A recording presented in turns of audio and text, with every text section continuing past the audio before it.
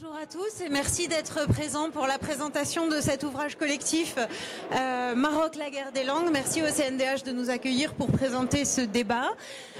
Avec moi pour débattre de ce livre collectif, par ordre de présentation, Moustapha Slamer, Jalal Hakmaoui, Driss Ksikes, Ahmed Farid Mrini, et nous allons tenter de vous donner un aperçu de cet ouvrage qui est né d'une réflexion collective sur la volonté de réfléchir un peu plus en profondeur à la situation linguistique au Maroc. Alors on est parti du constat que tout le monde est fier d'avoir plusieurs langues au Maroc, que cette diversité linguistique est source d'enrichissement et de fierté, mais on se disait on ne peut pas se limiter à une fierté béate et à une autosatisfaction sans nuage, dans la mesure où chaque langue n'a pas la même place dans la société et qu'on n'a pas les mêmes chances en fonction des langues qu'on maîtrise. On n'a pas la même vie si on est monolingue en amazigh ou si on vit à Casablanca et qu'on a eu la chance d'avoir une éducation multilingue qui nous donne les clés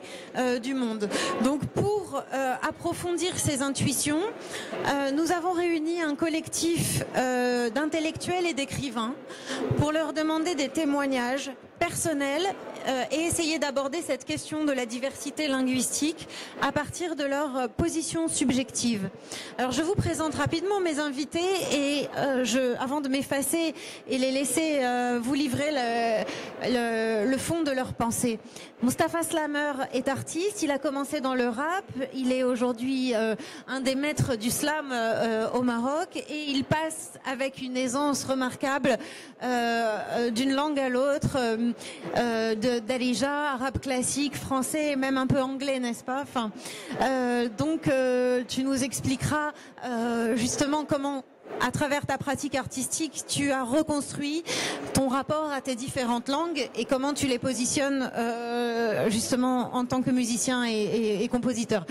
Jalal Hakmaoui est poète et traducteur. Il écrit en arabe et traduit vers l'arabe, essentiellement de la poésie, mais il vient de signer aux éditions En Toutes Lettres que je dirige la traduction en arabe de la leçon inaugurale de Patrick Boucheron au Collège de France qui s'intitule Ce que peut l'histoire.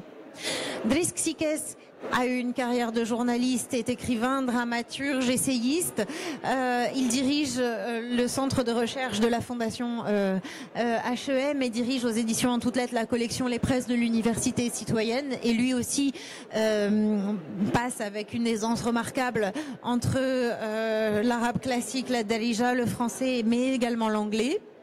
Et à ma gauche, Ahmed Farid Mrini est psychanalyste et s'est interrogé justement sur justement la question des langues dans la pratique analytique.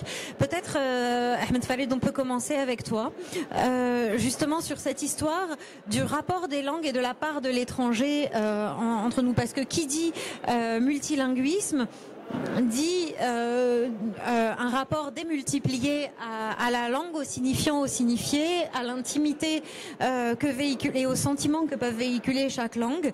La psychanalyse te donne un regard assez singulier justement sur cette pratique. Est-ce que tu peux nous en dire plus et peut-être commencer par nous dire en quoi ce projet t'a interpellé et t'a incité à nous rejoindre? Merci. D'abord, je suis ravi d'avoir collaboré à ce collectif avec des personnes d'horizons différentes pour justement avoir une idée plus globale avec des axes différents sur cette question de la langue. Alors pour ma part, nous sommes confrontés en psychanalyse à la question de la langue parce que c'est notre instrument de travail. Et en psychanalyse, on parle plus de langage que de langue, parce qu'il y a la dimension de l'inconscient. Et pour ma part, je me suis intéressé à deux axes en particulier, qui sont des axes de travail que je fais depuis quelques années. Et j'anime un séminaire aussi dans ce sens, dans le cadre de la Société psychanalytique marocaine, pour nous interroger un peu sur cette question à un niveau d'une part clinique, c'est-à-dire quand nous recevons des patients qui parlent en langue arabe, qui parlent en langue française, qui passent d'une langue à l'autre, etc. Qu'est-ce que cela a comporté au niveau de la dimension de l'inconscient? C'est ça un peu notre question. Et puis le deuxième axe, c'est celui de la traduction. La traduction, parce que pour qu'on puisse un peu nous coltiner la question de la psychanalyse dans le contexte qui est le nôtre, il est question non pas de l'importer comme on importe une technique de soin, il est question de la réinterroger dans le contexte qui est le nôtre, à savoir un contexte de polyglottisme et un contexte qui s'appuie d'une certaine manière sur l'arabe classique et d'une autre manière sur l'arabe dialectal. Alors comment on peut travailler sur cette question de la traduction et la confronter? Alors pour le premier axe, c'est la question de nos patients que nous recevons, de nos analysants.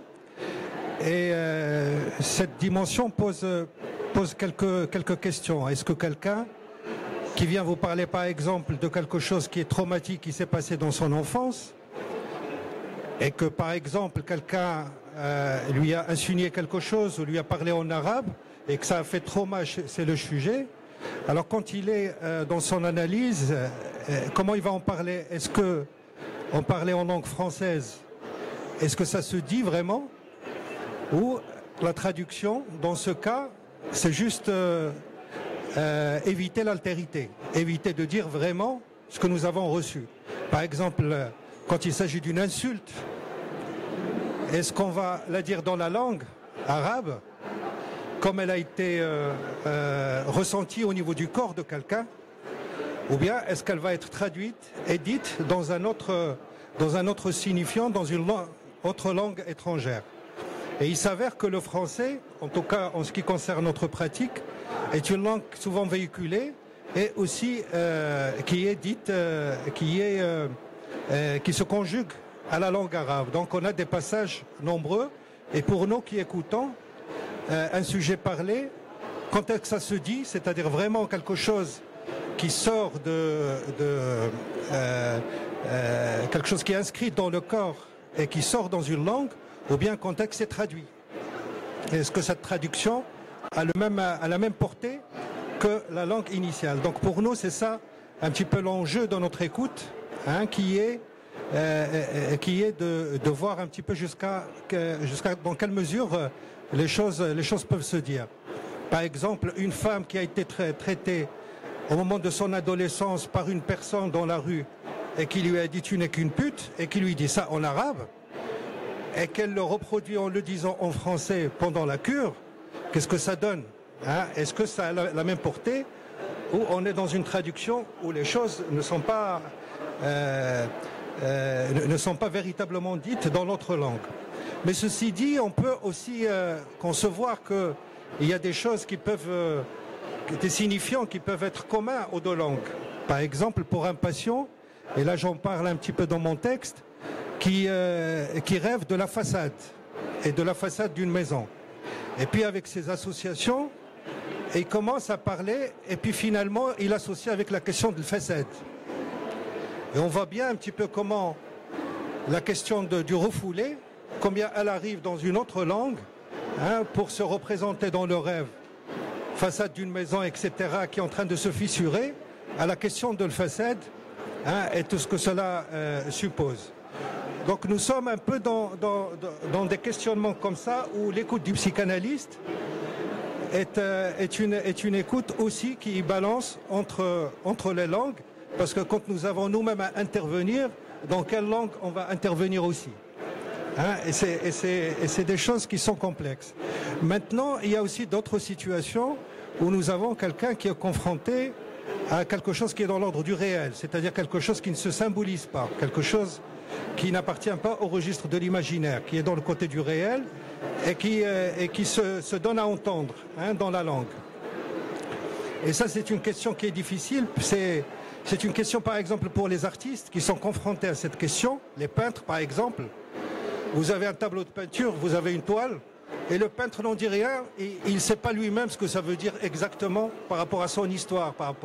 Donc on est confronté au réel, et à partir de là, il y a des processus de sublimation, il y a quelque chose qui se travaille. Et qui se travaille pas peut-être par rapport à la langue arabe, mais peut-être par rapport à l'autre langue. Où quelqu'un peut devenir écrivain dans l'autre langue avec une difficulté à être confronté dans le réel, dans la langue maternelle. Donc voilà un petit peu au niveau de notre clinique toutes les interrogations qui se posent et qui nous poussent à avoir une écoute différente d'un psychanalyste français par exemple ou d'un autre psychanalyste. Et il y a cette dimension qui me semble importante. Maintenant, 2 mots sur la question de la traduction, qui est un axe qui est très important, car comme je l'ai dit, traduire la psychanalyse, c'est un petit peu la resituer dans le territoire de la pensée en langue arabe. Parce que c'est ça les enjeux de la traduction, ce n'est pas seulement traduire du sens, traduire le mot inconscient par la shu'ur par exemple, ou la wa'i. La question ne se pose pas à ce niveau-là parce que la langue arabe est riche, mais il se trouve que la question du sujet, que la question de l'inconscient ne fait pas beaucoup partie du territoire de la langue arabe. La psychanalyse. Donc comment faire cette traduction pour considérer que véritablement le concept psychanalytique qui a transmission de Freud dans la langue arabe. Donc c'est en cela un petit peu que cette question se pose et je me suis un petit peu lancé dans des histoires de traduction et j'ai évoqué par là Beit al-Hikma. Là on traduisait la philosophie grecque et on voit bien combien il y a eu de résistance, combien il y a eu de difficultés pour introduire une philosophie grecque par rapport à une langue arabe qui elle porte la question de la vérité. Comment faire pour intégrer la philosophie grecque? Et c'est grâce à El Mamoun, grâce à cette période très riche où on s'est ouvert à la question de l'étranger, que cette question a été possible. Donc c'est par revisiter certains moments de l'histoire, etc., pour un petit peu mieux saisir ce qu'il en est de la portée d'une traduction d'un concept qui est basé sur la question de la pensée. Merci Ahmed Farid. J'avais juste une question à te poser, même si évidemment ta pratique d'analyste t'amène à avoir des histoires individuelles, mais est-ce que sur l'ensemble de ta pratique, tu as l'impression que les Marocains ont un rapport serein à leur langue au pluriel, qu'elle s'articule sans trop de conflits ou dans une complémentarité harmonieuse? À ce niveau-là, j'évoquerai juste un point qui me semble important. Par exemple, quand quelqu'un vous parle pendant une cure et qu'il vous dit un mot, par exemple en langue française, par rapport à quelque chose qui se situe dans le territoire du maternel, c'est quelque chose qui est insupportable. Donc si la personne parle dans la langue française et que vous le ramenez à la langue arabe, par exemple, et quelque chose qui n'est pas du tout accepté, et on voit bien qu'il y a des résistances à partir de là. Donc pour nous, la personne peut parler n'importe quelle langue, et il peut passer d'une langue à l'autre, et nous avons à entendre quelque chose entre le silence d'une langue avec l'autre langue qui dit quelque chose. Et c'est par rapport à cette écoute où il est question d'entendre quelque chose quand quelqu'un parle, par exemple en français, et que nous entendons en arabe ce qu'il est en train de dire. Comme un peu ces écrivains qui écrivent en langue française, mais qui ramènent la langue française à quelque chose qui est dans les sonorités de la langue maternelle. Et c'est un petit peu cette dynamique qui fait que entendre n'est pas forcément que quelqu'un parle telle ou telle langue, mais il est question de l'entendre dans toutes les langues.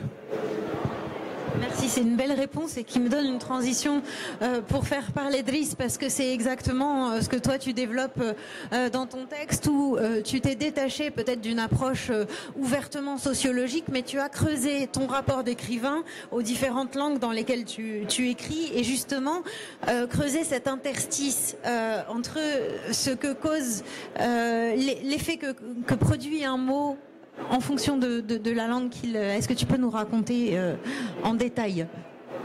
Oui, merci. D'abord, ravi de faire partie de cette aventure. Juste ces 4 lignes au début de mon texte, à partir de là je développerai. Quelle langue nous possède? Celle de nos babillages sous le regard de nos mères. Et quelle langue possédons-nous? Celle élue de nos essayages au gré de nos expériences de vie. Moi, je distingue la langue qui nous possède et la langue que nous possédons. Parce que mon texte, le texte que j'ai proposé dans ce cadre, qui vient d'une réflexion que je mène depuis longtemps sur la question de la langue dans ma pratique d'écriture, et s'appelle Ma langue et la littérature. Qu'est-ce que je veux dire par là? Je veux dire par là que il y a deux manières d'aborder la langue.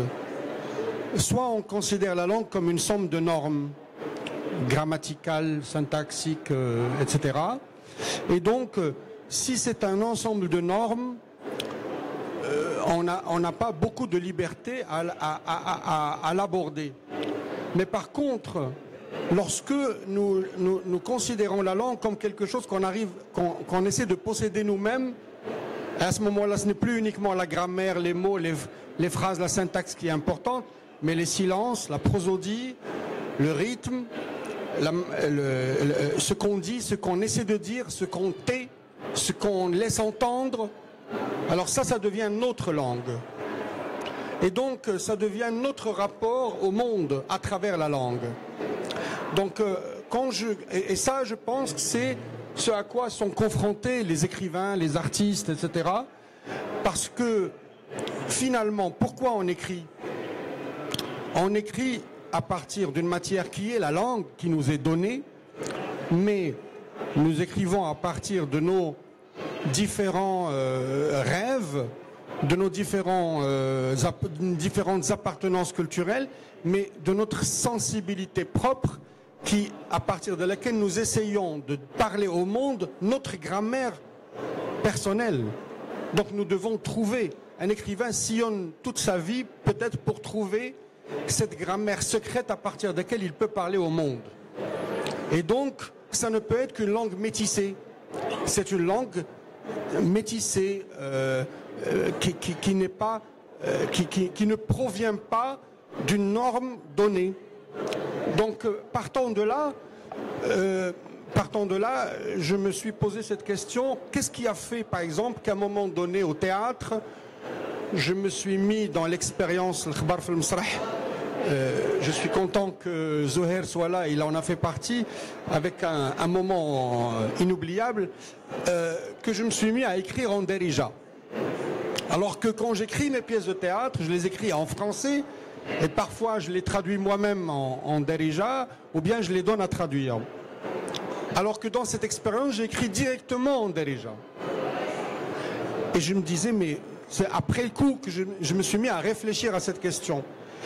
J'ai trouvé que finalement, dans la langue qui nous possède, la langue maternelle, nous gardons des manières d'interpeller le monde extérieur et de puiser dans quelque chose de commun ce qui est partageable. Par exemple, une manière de rire, une manière de ricaner, une manière de faire de l'ironie. Je sais plus faire de l'ironie dans ma langue maternelle, et quand je le fais en français, ça devient plus sophistiqué parce que ça passe par toute une construction littéraire. Donc, on est confronté à la question de l'organicité de ce qui se passe sur une scène, de l'oralité, l'immédiateté de cette langue qui est transmise à un moment donné et qui partage quelque chose, qui partage une émotion, qui partage une sensibilité. Par contre, lorsque j'aborde la question du texte littéraire, donc du texte écrit que chacun lit dans sa solitude, c'est autre chose, parce que au théâtre, avec l'oralité, l'immédiateté, vous touchez les gens par quelque chose d'animal, d'instinctif. Ce n'est pas la raison. C'est pas comme maintenant où nous sommes dans une conférence où vous êtes assis, c'est votre raison, votre logos qui est en train de recevoir ce que je suis en train de dire. Vous avez le temps de réfléchir. Au théâtre, on ne s'adresse pas d'abord au logos, on s'adresse à quelque chose de plus instinctif, qui capte à un moment donné une sensation. Et l'organicité de la langue aide énormément. Mais quand on passe par exemple au roman, qui est une construction, qui est une manière de raconter le monde pour le partager, et que vous êtes face à quelqu'un dans sa solitude, chez lui, généralement, ou peut-être quelque part, l'image qui me vient, c'est que vous êtes en train de lui chuchoter à l'oreille quelque chose. Et donc, il faut trouver ce rythme, cette prosodie, ce silence, cette manière de dire les choses pour qu'elles soient audibles en les chuchotant à l'oreille de quelqu'un dans sa solitude. Et vous voyez que tout de suite, le rapport n'est pas le même à la langue lorsqu'on parle d'une forme d'expression à une autre par l'art et la littérature. Donc c'est à partir de là donc, que j'ai abordé cette question. Mais au-delà de cela, quand je dis ma langue et la littérature, c'est que moi personnellement je suis fatigué des discours identitaires sur la langue. Des questions identitaires sur la langue parce qu'elles sont surchargées par des non-dits très importants. Je ne suis pas naïf sur les questions politiques. Je ne suis pas du tout naïf sur les questions politiques.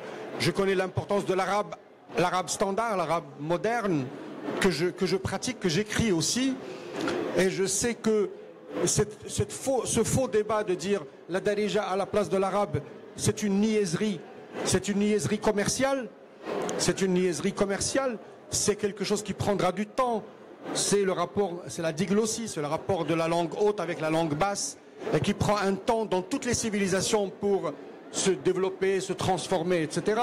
Donc, moi, je ne suis pas dans ce débat que je trouve idéologique, trop manichéen sur les langues à partir de l'identité. Je préfère travailler à partir de la singularité, de ma singularité d'écrivain sur la question de la langue. Et là, je découvre des choses qui moi-même me surprennent beaucoup plus que les discours déjà figés que nous offre l'identité. Je trouve très important que tu aies soulevé la question de l'émotion, dans la mesure où, une des raisons pour lesquelles je t'ai invité à participer à ce livre, et j'ai été étonnée même que tu n'en parles pas, c'est le fait que tu as eu des soucis judiciaires en raison d'un dossier qu'a publié Nishan au moment où tu t'en occupais, justement des blagues en darija concernant l'islam, le sexe, la monarchie. Et justement, le rire touche directement à l'émotion, et ça t'a valu quand même des poursuites et un certain nombre de tracasseries très pénibles, une rétorsion politique directe. Est-ce que tu penses que l'émotion, justement, est encore mal acceptée, ou cette liberté qu'on peut avoir à travers la sensibilité est encore mal perçue? Non, je pense que nous avons des élites plus arriérées que notre société. Nous avons une société qui a une capacité de rire qui est extraordinaire, mais nous sommes encore prisonniers d'un moment politique et culturel et civilisationnel dans lequel il y a encore une élite qui se croit avoir la tutelle sur ce que doivent penser les gens. Et ça, il n'y a rien à faire. Lisez Léo Strauss. L'écriture est l'art de persécution. Vous comprendrez que historiquement, nous sommes dans un moment où la question du rapport à la langue comme un rapport choisi, qui fonde l'individu, l'individu qui est libre de ses choix, est quelque chose qui est encore non construit chez nous. Nous considérons que la langue basse, la langue du peuple, la langue de la darija est une langue moindre dans laquelle nous ne pouvons pas par écrit partager les subtilités du rire qu'il y a dans la société. C'est ça la question. Ça veut dire, au fond, nous sommes une société encore empêtrée dans une sorte de Moyen-Âge civilisationnel, dans lequel nous ne concevons pas l'individu comme un être responsable de ses choix à partir de sa manière de s'exprimer. Cette hiérarchie que nous créons dans la société est une hiérarchie factice. Parce que vous avez encore ceux qui détiennent le pouvoir par la langue. L'imam parle en arabe. Le journal télévisé se fait en arabe classique. Le juge parle en arabe classique. Donc les tenants-lieux du pouvoir symbolique le font dans la langue haute. La langue basse est considérée comme vulgaire. Lorsque le film Harash ou le film Casanegra ou le film de Nabil Ayouch utilise la langue du peuple, on considère que c'est vulgaire.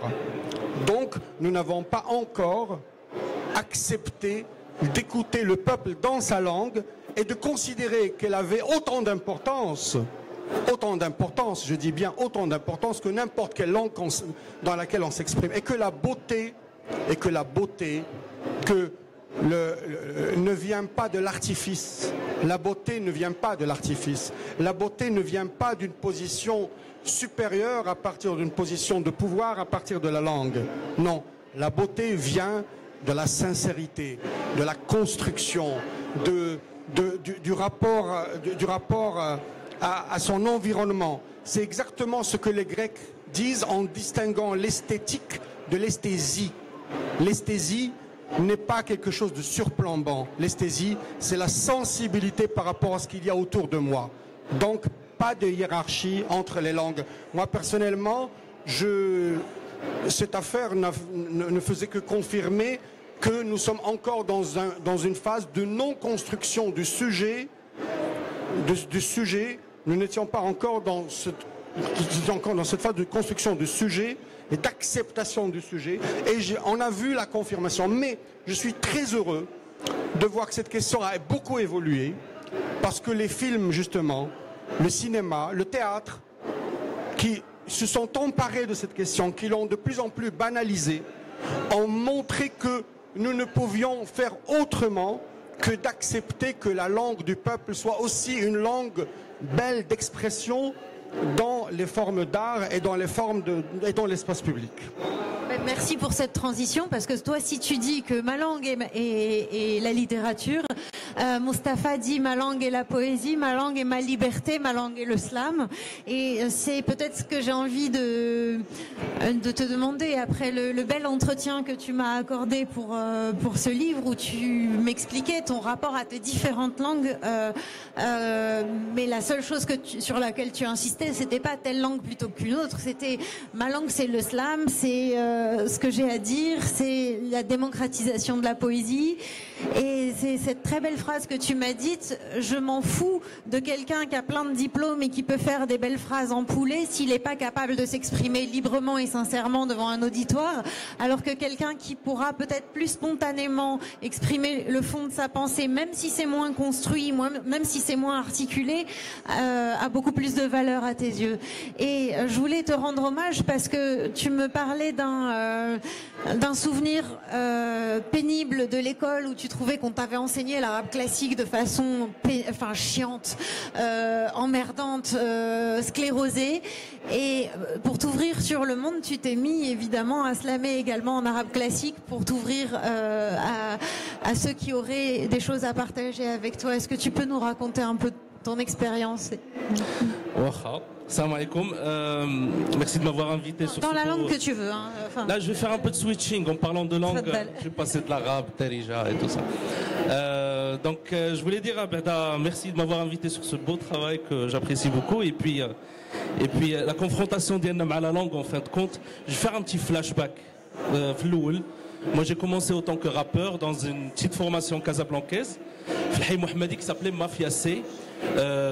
J'étais moi, il y avait Big avec moi dans le groupe, moi des jeunes rappeurs en fin de compte, et on était trop influencés par le rap américain, ce qui se passait aux États-Unis et tout ça, mais on comprenait pas l'anglais, on était encore jeunes et tout ça, alors du coup on trouvait refuge, chouïef le rap français, comprenait un peu le rap français, j'ai écouté des groupes comme IAM, Funky Family, MC Solar, je sais pas si vous connaissez ces groupes-là en tout cas, ils m'ont fait rêver pendant un bon bout de temps.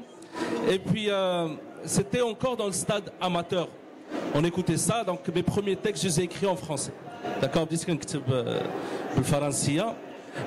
Ça a duré 3-4 ans. Après, par la suite, j'ai eu l'occasion de signer dans une grande maison de disques ici au Maroc. Et là, j'ai switché vers un autre style musical qui est le raga, sous l'étiquette, sous un nom, un AKA, Steph Ragaman. Donc, j'ai commencé à écrire du raga en fin de compte. Et là, c'était plutôt un stade plus professionnel. Et mes textes, à un certain moment, quand je commençais à parler avec mon producteur ou les gens un petit peu qui géraient ma carrière, parce que là, c'est un peu l'entertainment. Là, c'est tarfé. On essayait d'aller vers un maximum de gens. Les textes d'Yanna. Les textes, c'est plus à l'amateurisme. C'est une industrie. C'est des CD. Maximum d'Yanna, ce que je dis et tout ça. Du coup, je trouvais que la langue la plus parlée par les jeunes, c'est Darija. Donc, ça raconte un petit peu les mots d'Yalom. Pas les mots, les mots à l'intérieur d'Yalom et tout ça. Et puis, on a commencé à écrire en Darija. Et ça a duré.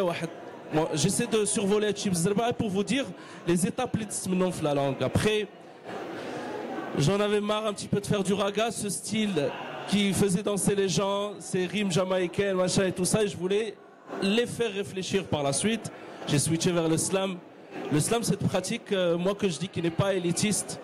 Pas besoin d'avoir de gros diplômes ou là de faire de grands diplômes dans un grand conservatoire ou là être un grand linguiste pour faire du slam en fin de compte. C'est un espace de partage, c'est une compétition, c'est un art oratoire. On monte sur scène, on partage. On a quelques règles.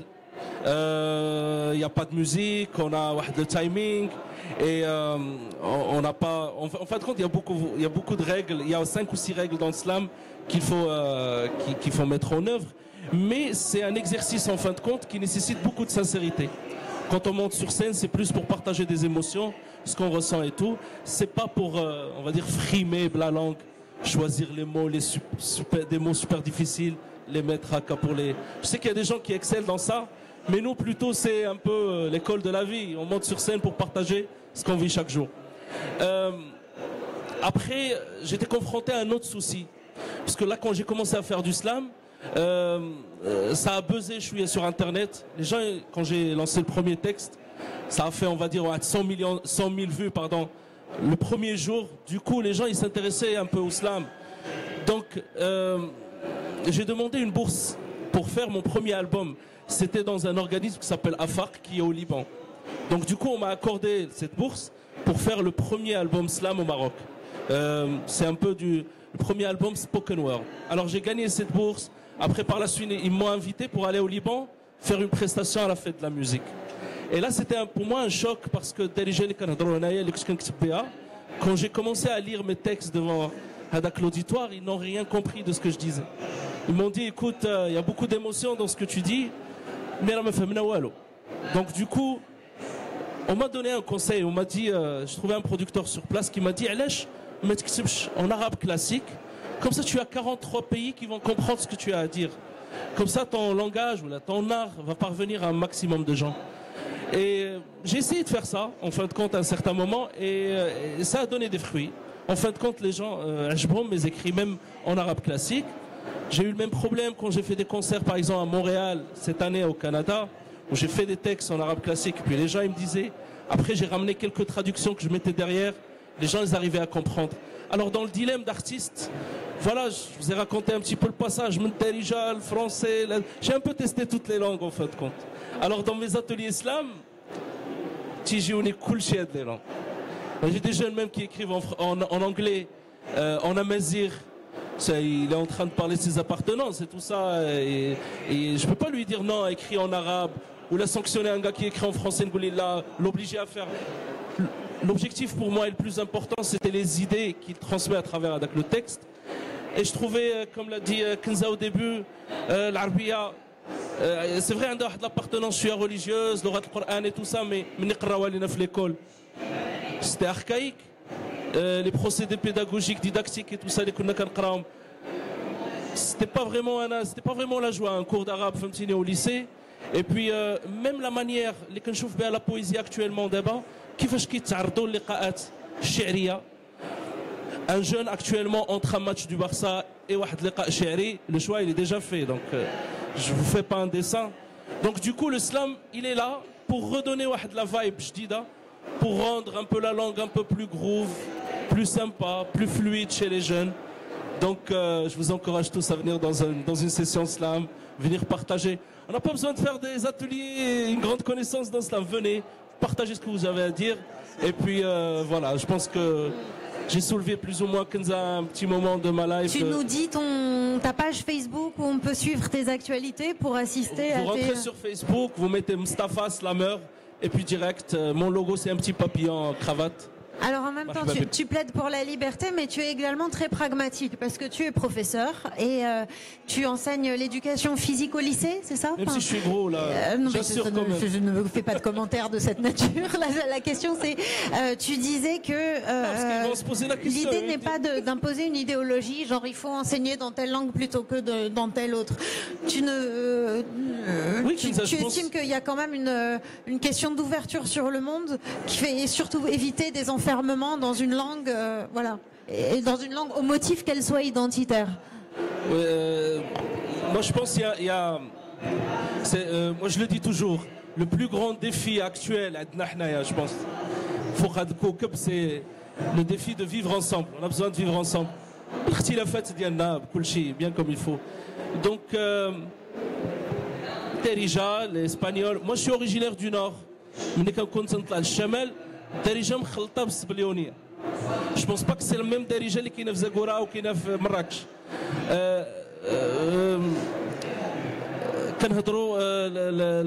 Comment dirais-je, Darija c'est une langue où on a besoin des étiquettes, elle est parlée par Chab ou qui est l'élite, les donc on a commencé à coller beaucoup d'étiquettes les langues.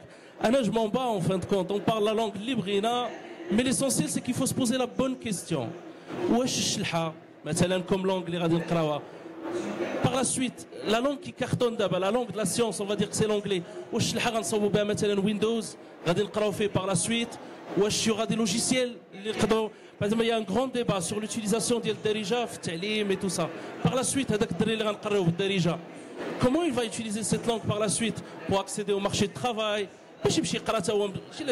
L'occasion de la Sorbonne ou une grande école et tout ça. Donc les années d'études, parce que nous on a été, on va dire, j'ai pas envie de dire on a été baisé à un certain moment, parce que il faut le dire, parce que à un certain moment on s'est retrouvé à passer des concours en français, un entretien en français pour accéder à une grande école. Je sais pas si vous avez vécu la même chose, mais واحد السيد arabophone حياته كاملة qui se retrouve pour être accepté dans une grande école à passer des concours aussi en français. Ça, c'était plus ou moins de l'amalgame Benisbelia. Et dans plusieurs secteurs, en fin de compte. Moi, je me dis, il pratique la langue qu'il veut, libre de faire ce qu'il veut. Mais, par exemple, comme vous avez cité Kenza, on a des orientations pédagogiques. Donc, les orientations pédagogiques, on a des langues, en fin de compte, officielles et tout ça. Je donne l'exemple, par exemple, d'une assemblée des Nations Unies. Il y a un système de traduction. Les gens, mais il y a un système de traduction. Ce que je trouve le plus gênant, c'est que ce que je trouve le plus sympa, c'est que mais l'essentiel actuellement au Maghreb, c'est qu'on trouve des langues qui cartonnent dans le monde entier.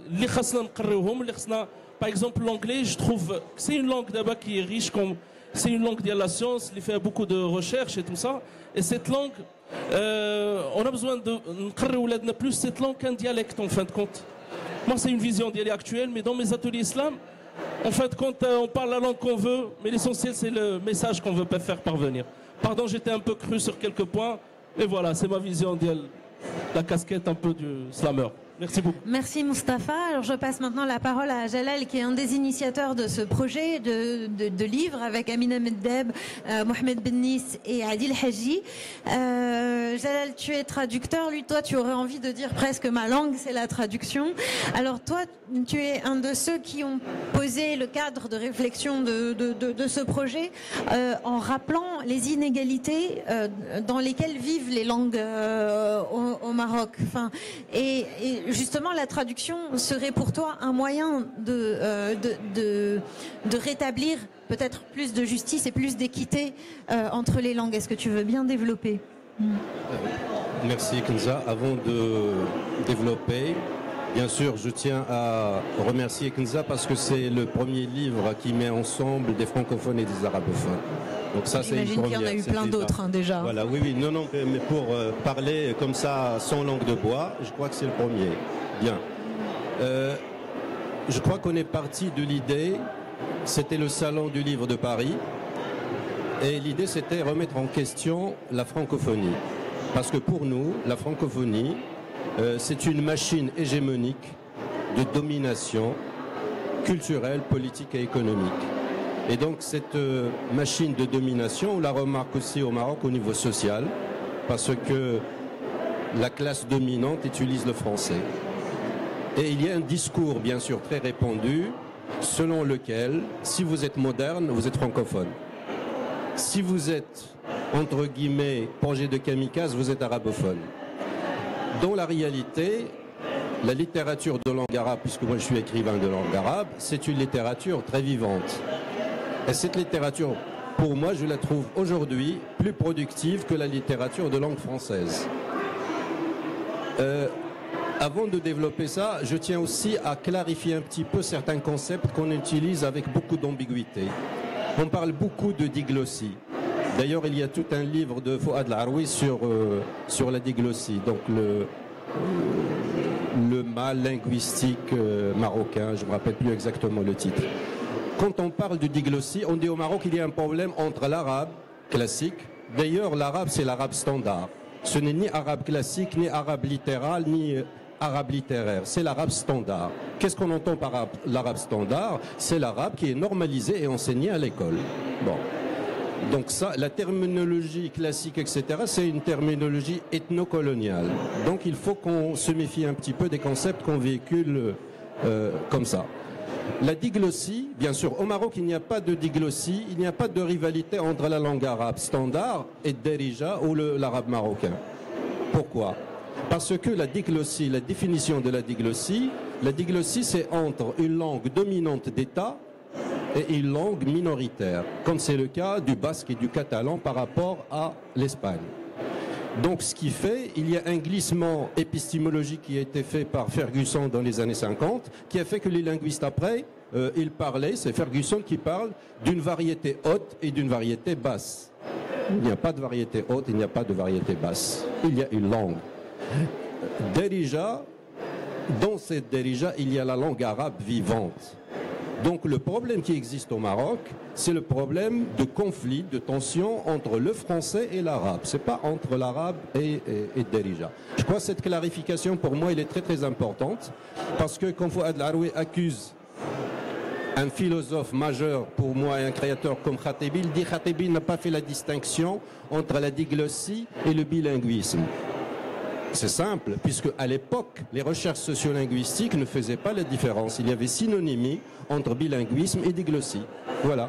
Donc je crois qu'il faut qu'on ait une sorte d'honnêteté intellectuelle et scientifique quand on analyse un phénomène très complexe et très conflictuel, qui est celui de la langue. Tout à l'heure, quand Andrissa parlait, il a dit oui, bon, ma langue est la littérature, oui, mais il ne faut pas oublier que la langue est politique. Oui, la langue est politique. Pourquoi la langue est politique? Parce qu'il y a une histoire de domination. Demain, il y aura une domination de l'anglais et le français sera relégué au rôle secondaire. Je crois que c'est l'évolution de la société. Moi, je ne m'inquiète pas pour l'arabe marocain, pour Derija, parce que l'évolution de la situation linguistique au Maroc ferait qu'on aura une langue intermédiaire qui va régler ce problème, comme qu'il est réglé entre, bien sûr, dans le Mashrek, il n'y a pas ce problème. Ce problème n'existe qu'au Maroc. Et le fameux débat entre Abdallah Laroui et Ayyouch, il nous montre une chose très simple. C'est que la bourgeoisie marocaine, ou la classe dominante, il veut des Marocains alphabétisés, illettrés, pour qu'ils soient tout simplement le prolétariat qu'on peut exploiter à merci. Donc ce qui fait que pour moi, toutes ces questions m'ont posé à moi le rapport à la langue. Moi, je considère que la langue arabe, c'est une langue de modernité. Pourquoi? Parce que dès qu'on sort de l'histoire commune avec la France, la langue arabe, célébré en Amérique latine. Tous les grands auteurs de langue arabe, ils sont traduits au Mexique, au Guatemala, au Colombie, il n'y a pas de problème.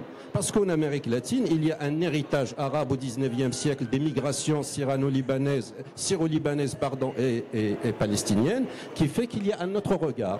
Le problème de la France, pour revenir au problème de la langue, c'est que la France n'a pas décolonisé son histoire. Et nous, on ne veut plus subir cette histoire, même en tant qu'auteur de langue arabe. C'est-à-dire il faut qu'on arrête avec la langue de bois pour dire qu'il n'y a pas de problème. Il y a des monolinguismes fermés, mais je considère que le monolinguisme des francophones, il est plus fermé que le monolinguisme des arabophones. Parce que les arabophones, ils lisent les francophones.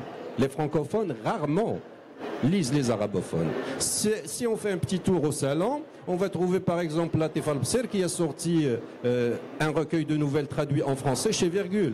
Moi, j'ai traduit plusieurs livres en français, Hassan Njmi et autres. Donc, ce qui fait, le problème ne se pose pas pour les arabophones. Le problème se pose plus pour les francophones. Et pour moi, il y a une continuité de dispositif colonial. C'est-à-dire, il y a toujours les indigènes et puis il y a les colons. Voilà. Et donc, ma démarche, c'est cette déconstruction de ce type de discours qui est pour moi un discours erroné. Et c'est pour cette raison, je passe de la langue arabe à la traduction. Parce que par la traduction, on décolonise aussi l'imaginaire. Nous, on traduit au Maroc. Mais est-ce que vous pouvez me dire combien on traduit en France d'auteurs arabophones et d'auteurs maghrébins? Si je prends Actes Sud, qui est la mastodonte de la traduction de la littérature arabe, il y a 2 Marocains, un Tunisien. Il y a Mohamed Barrada et Youssef Fadel du Maroc. Il y a le Habib Tounsi de la Tunisie. Il y a je ne me rappelle plus qui de l'Algérie. Mais la majorité c'est des gens du Mashrek. Pourquoi? Parce que nous, en tant qu'écrivains de langue arabe, bien sûr, on ne subit pas l'hégémonie de la francophonie, mais on subit une double hégémonie. L'hégémonie du Mashrek, parce que l'histoire nous dit c'est-à-dire en fin de compte, un Marocain, ou un Algérien ou un Tunisien ne peut pas écrire mieux qu'un Égyptien ou un Libanais. Malheureusement ou heureusement, aujourd'hui, depuis les années 80, il y a un changement de vitesse par rapport à la production littéraire au Maghreb. Donc le Maroc, c'est pour cette raison, pour moi, le Maroc, il peut jouer un rôle important au niveau de cette stratégie de traduction par rapport vers la France, vers la France et aussi vers le monde arabe. Un auteur majeur, par exemple, comme Achille Mbembe, un historien postcolonial, je découvre hier qu'il est traduit chez un auteur libanais. Donc ils ont traduit Critique de la raison nègre. Moi je considère que nous, au Maroc ou dans le Maghreb, on a cette culture bilingue. Donc on a cette possibilité de décoloniser le français et de permettre aussi la transmission de notre littérature, de notre pensée, des sciences sociales, des sciences humaines vers la France. Le problème de la France, c'est quoi? C'est que l'arabe reste dans l'inconscient historique la langue de l'ennemi. Depuis les croisades jusqu'à la guerre d'Algérie. Parce que la page de la guerre d'Algérie n'a pas été tournée et parce que la France n'a pas fait son autocritique. Bien sûr, je ne vais pas vous faire ici un cours d'histoire. Quelle est la différence entre l'Empire anglais et l'Empire français? C'est que l'Empire français considère qu'il a un modèle unique, civilisationnel, que tout le monde doit suivre. Et si vous suivez ce qui se passe aujourd'hui par rapport à la littérature, à la pensée africaine, vous voyez que maintenant tous les grands écrivains africains, tous les grands philosophes, ils sont en train de remettre en question la domination de la francophonie. Ils disent la France toute seule, la francophonie c'est pas la France. La France toute seule, comme dit Achille Mbembe, c'est une langue ethnique de 60 millions. S'il n'y a pas l'Afrique, il n'y a pas les Caraïbes, il n'y a pas de langue française. Donc c'est pour cette raison. Ici, aujourd'hui, je parle du français, mais moi, j'aurais bien parlé de l'espagnol ou de l'anglais. Mais la réalité historique du Maghreb fait qu'on doit d'abord déconstruire ce rapport pour essayer, si vous voulez, de voir plus clair, d'avoir une approche apaisée. Et pour dire aussi, pourquoi la traduction elle est très, très importante, c'est qu'aujourd'hui en France, il y a aussi des mouvements issus de l'immigration qui sont très critiques par rapport à ce modèle civilisationnel dominant.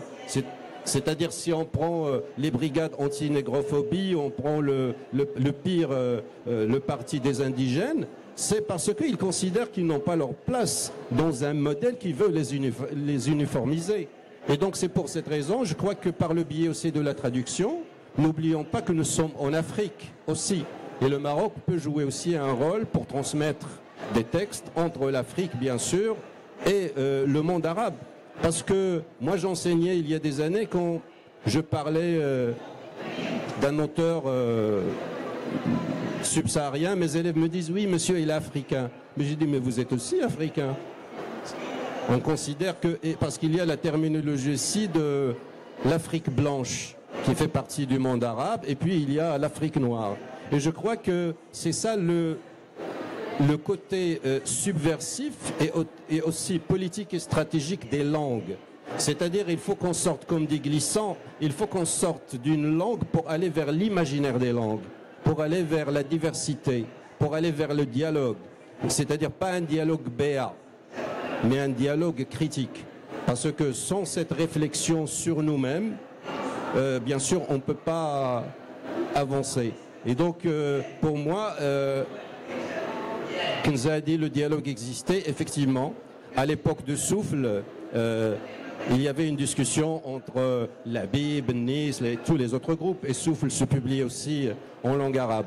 Mais n'oublions pas qu'il y a eu une polémique, si je me rappelle bien, au début des années 2000, quand Labib a donné un entretien à l'occasion de la sortie de son anthologie. Il a dit oui, il y a la modernisation de la littérature marocaine grâce à Souffle. Et là, c'est une erreur historique, parce que moi, en tant que génération, j'ai lu un petit peu Souffle, mais notre revue, c'est Thaqaf al-Jadida. C'est-à-dire, c'est grâce à la langue arabe que nous aussi, on a découvert et construit une idée sur la modernité. Et pour finir, je dirais ce que je dis, Benis a dit dans le texte qui figure dans le livre, il a dit il faut libérer le français de la francophonie. Moi, personnellement, j'ai découvert la poésie de la Beat Generation en français. J'ai découvert les objectivistes américains en français. C'est-à-dire, je considère que la culture française fait partie de ma culture. Comme un francophone doit considérer que la culture espagnole, anglaise, etc. fait partie de notre culture. Et pour finir, hier, Selim Ilja, il a dit « Je ne comprends pas pourquoi les Marocains qui sentent qu'ils ont cette chance d'être bilingues, plurilingues, et ils sont malheureux à cause de cette situation. » Merci Jalal. Alors comme il nous reste 5 minutes et que je tiens à ce qu'il y ait quand même un embryon de débat, je voulais juste vous présenter les excuses de Yassine Adnan qui devait être avec nous mais qui a été retenu par l'enregistrement décalé de son émission, ma Sharif. Alors Yassine Adnan, pour vous donner peut-être la substantifique moelle de son intervention, il plaide pour un Beit el-Hikma marocain, pour une littérature citoyenne multilingue. Il s'inscrit dans la lignée de ceux qui en ont assez d'être renvoyés toujours à leur langue d'écriture et à toujours être sommés de justifier pourquoi telle langue plutôt que telle autre, ou d'être enfermés dans des considérations qu'ils jugent appartenant à des périodes historiques obsolètes. Et voilà, donc lui aussi plaide pour la traduction. En fait, ce livre rassemble les œuvres de 16 auteurs et il n'y a personne qui n'a pas abordé cette question de la traduction pour que nous finissions sur une note positive et constructive, justement pour rétablir une égalité entre les langues. Driss, vous voulez rajouter très rapidement quelque chose avant qu'on ouvre le débat ? Non, je voulais remercier Jalal d'aborder la question de la déconstruction de l'héritage colonial et de la pensée postcoloniale. Je pense, et là je suis, c'est pas dans ce sens que j'ai écrit dans ce livre, mais j'aurais très bien pu abonder exactement dans le même sens, je tiens à le préciser. Je pense que nous sommes à la périphérie de quelque chose de central qui se passe dans le monde aujourd'hui, qui a été initié par les études postcoloniales et les subaltern studies, les études subalternes, dans laquelle la question centrale, qui est très bien résumée par un penseur portoricain, Ramon Grofugel, par le concept de l'épistémicide. C'est quoi l'épistémicide? C'est le meurtre des savoirs. Le meurtre des savoirs se fait par les langues, par le pouvoir symbolique des langues et par l'hégémonie de certaines langues sur d'autres et l'incapacité de traduire ces héritages et ces imaginaires dans les langues que nous possédons. Je pense que nous sommes à un moment crucial de l'histoire dans lequel je pense que nous devons faire feu de tout bois. Faire feu de tout bois, c'est une position postmoderne de l'idée que nous avons pris trop de retard en termes de compréhension de nous-mêmes et de compréhension des conflits qui gèrent le monde aujourd'hui. Quand je lis la lettre d'Alain Mabanko à Macron au propos de la francophonie, et il dit exactement la même chose, je pense qu'il est temps que que nous, ici, nous soyons dans cette... nous prenions conscience de ce moment fondamental. Ça veut dire qu'il y a une dernière chance pour qu'on se rattrape, pour qu'on pense où nous sommes à partir des langues que nous avons, mais à partir des héritages que nous avons et à partir des imaginaires qui irriguent notre société. Nous n'en sommes pas là. Nous sommes tellement divisés, cloisonnés. Effectivement, moi je fais partie effectivement de ceux qui lisent dans les 2 langues et les 3 langues. Et la littérature en arabe est effectivement beaucoup plus libre,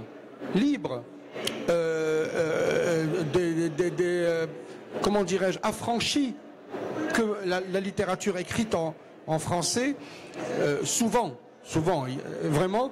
Et or, il n'y a pas suffisamment de traduction à l'intérieur des littératures que nous avons entre nous. Mais il faut aussi qu'on sorte de l'idée que le Maroc est une île déconnectée du monde.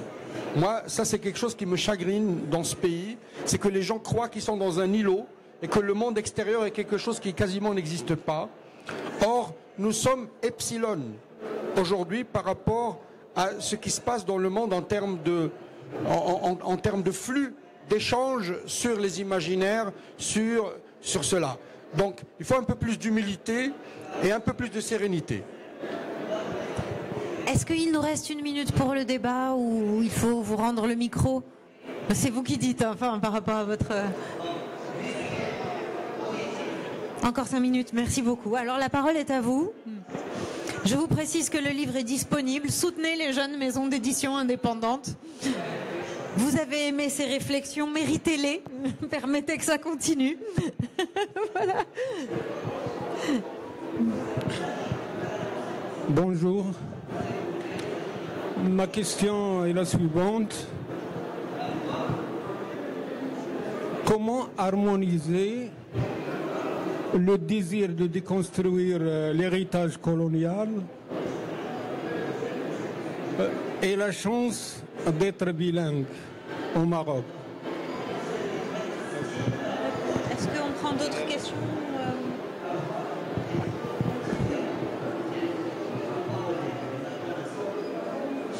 Il y a d'autres? Vas-y, je réponds. Non. C'est quoi la question?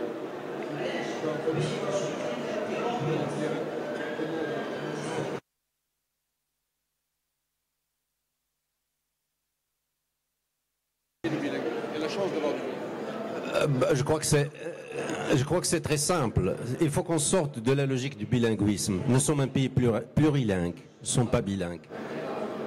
Voilà. Pour moi, il n'y a pas de problème. Le Maroc, nous parlons 3 amazirs, nous parlons l'espagnol. Il faut aller dans les instituts Cervantes, il faut aller dans les British. Vous allez voir, c'est des centaines et des milliers de jeunes. Nous sommes un pays prédisposé à être un moteur dans le monde, comme le Mexique par rapport à l'Amérique latine. Mais malheureusement, nous avons cette mauvaise image de soi qui nous bloque. Donc il faut qu'on avance un petit peu et qu'on pose les questions qui fâchent. Juste évoquer un auteur qui est important dans ce débat, c'est Édouard Glissant. Édouard Glissant Édouard Glissant avait rapporté un concept qui est la créolisation, c'est-à-dire de la langue créole. Et c'est très intéressant parce qu'il aboutit quand même à l'idée que c'est très riche d'avoir et d'être dans le multilangue, mais à condition que toutes les langues soient même soient acceptées, non pas dans des catégories où l'une est haute et l'autre est basse, mais que toutes les langues sont à égalité. Et là, ça devient une richesse. Par contre, ça devient une pauvreté quand on est amené à penser dans une langue et pas dans une autre. Où la question de la traduction et de passage d'une langue à l'autre n'est plus un avantage qu'une seule langue, quoi, qui est la langue haute. L'autre n'est pas... Est-ce qu'il y a d'autres questions ? Il me reste à vous remercier pour la qualité de vos interventions. Vous rappeler que le livre est disponible et vous souhaiter une bonne lecture. Merci.